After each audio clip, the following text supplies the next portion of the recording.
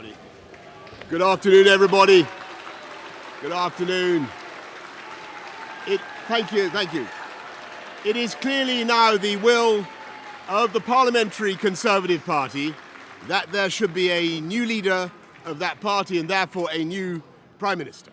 And I've agreed with Sir Graham Brady, the chairman of our backbench MPs, that the process of choosing that new leader should begin now. And the timetable will be announced next week. And I've today appointed a cabinet to serve, as I will, until a new leader is in place. So I want to say to the millions of people who voted for us in 2019, many of them voting Conservative for the first time, thank you for that incredible mandate, the biggest Conservative majority since 1987, the biggest share of the vote since 1979. And the reason I have fought so hard in the last few days to continue to deliver that mandate in person was not just because I wanted to do so, but because I felt it was my job, my duty, my obligation to you to continue to do what we promised in 2019. And of course, I'm immensely proud of the achievements of this government, from getting Brexit done to settling our relations with the continent for over half a century, reclaiming the power for this country to make its own laws in Parliament, getting us all through the pandemic, delivering the fastest vaccine rollout in Europe, the fastest exit from lockdown, and in the last few months, leading the West in standing up to Putin's aggression in Ukraine. And let me say now to the people of Ukraine that I know that we in the UK will continue to back your fight for freedom for as long as it takes. And at the same time, in this country, we've been pushing forward a vast program of investment in infrastructure and skills and technology, the biggest in a century, because if I have one insight into human beings, it is that genius and talent and enthusiasm and imagination are evenly distributed throughout the population, but opportunity is not. And that's why we must keep levelling up, keep unleashing the potential of every part of the United Kingdom. And if we can do that in this country, we will be the most prosperous in Europe.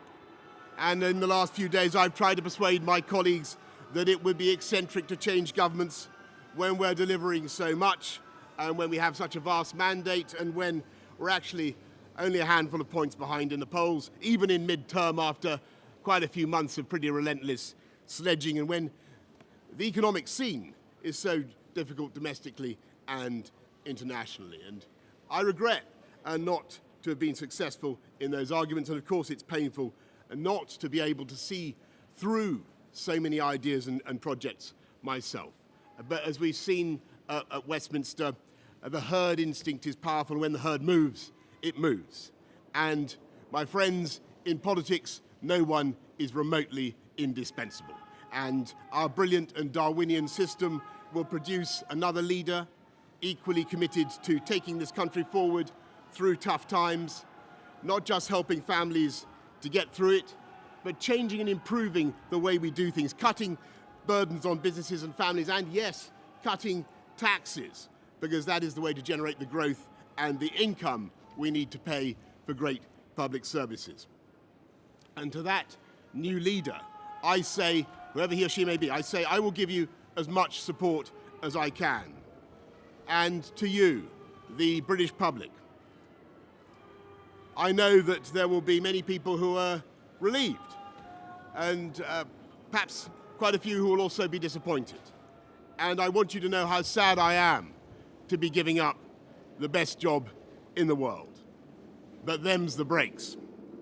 I want to thank Carrie and our children and all the members of my family who have had to put up with so much for so long.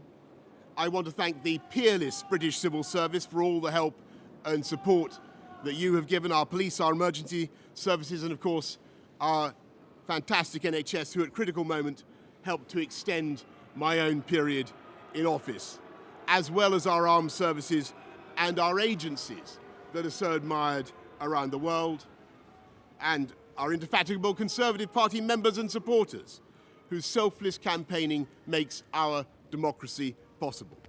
I want to thank the wonderful staff here at Chequers, here at Number 10, and of course at Chequers, and our fantastic prop force detectives, the one group, by the way, who never leak. Above all, I want to thank you, the British public, for the immense privilege that you have given me.